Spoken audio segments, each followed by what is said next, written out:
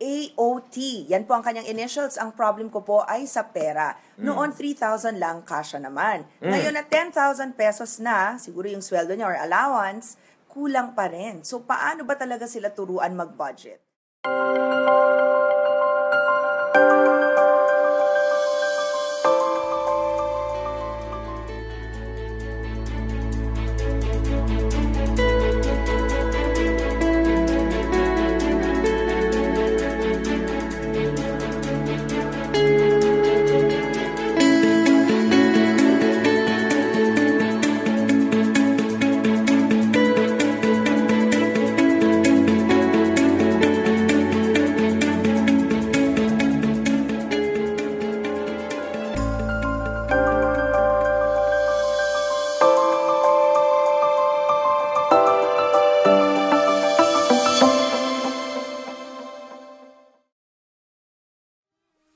Strange, di ba? Dati 3,000 ang kita niya, nagkakasya. Tama? Yan ang sinabi niya? Yep. Tapos nung lumaki na kita, nagkulang na nagkautang pa. Tama, mali? Parang tama. Oo, so ganito po yun. Ito, makinig po kayo ha. Lalo na yung mga nasa radyo, whether you like it or not. Ang problema kasi hindi yung income.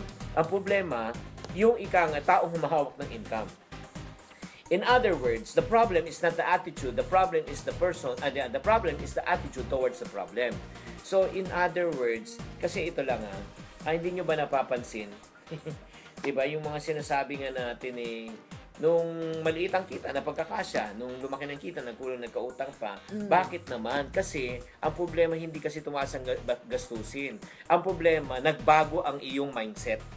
When I talk about mindset, kasi may formula nga ako parating tinuturo sa mga session ko. It's called mindset plus action equivalent to what we call as result. Negative mindset, negative action, negative result. Positive mindset, positive action, positive result. Wrong mindset, wrong action, wrong result. Right mindset, right action, right result. So, ibig sabihin, kung mali ang pananaw mo sa isang bagay, mali ang gagawin mo, mali ang magiging resulta. Just like what Francis Kong always mentioned, wrong philosophy is equivalent to wrong way of living.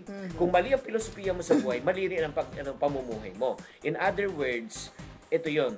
Yung para sa mga taong maliliit ang kinikita at nagkakasya dati. Bakit? Kasi AOT, dati nung mahirap ka, nung wala kang pera, syempre, ayaw mo na bumalik sa dating katayuan. So, kada pera na pumapasok sa'yo, masinop ka, madisiplina ka, dahil ayaw mo na bumalik sa ganung klaseng sitwasyon.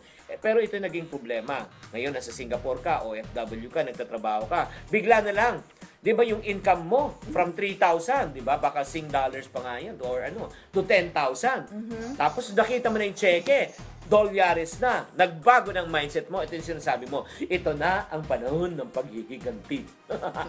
Lahat ng hindi mo binibili mo na. Lahat ng hindi mo kinakain. Lahat hindi mo sinusubukan mo na. In other words, nagbago ang iyong pananaw. So yun. Alam mo, there was one billionaire who taught me, and I hope sana maibitahan ko dito one time, na sinabi niya, I had a one-on-one opportunity na ma-interview ko siya. Alam mo, sinabi niya, never attempt to taste o wag mong subukan ang mga bagay na hindi mo pa kaya. Talaga? Kasi, pag sinabi niya, pag natikman mo na, mahirap na itanggalin sa sistema mo. Perfect example, one more, bago pa tayo magbasa ng mga ibang questions sa mga ibang tao. Like for example, dati, tumira ka sa bahay nyo na wala kang aircon. Sanay ka na walang aircon. Sanay ka mainit. Kahit na electric fan at pamaypay lang. Diba? Ang sarap mang pang matulog. Diba? Kung ika nga mainit, tulog mantika. Pero, diba? Nung ikaw ay pumasok sa opisina. Diba? Nakaramdam ka ng aircon. Naks naman. Ay, ang sarap ng feeling. Fresh na fresh lang. Diba? Pag uwi mo, hindi ka na makahinga. Hindi ako makahinga. Nag-break out na yata ako. May allergies na ba ako? Di ba nagigets nyo mga kapatid? So yun po ang nagbago talaga yung pananaw po natin. So, yun nga.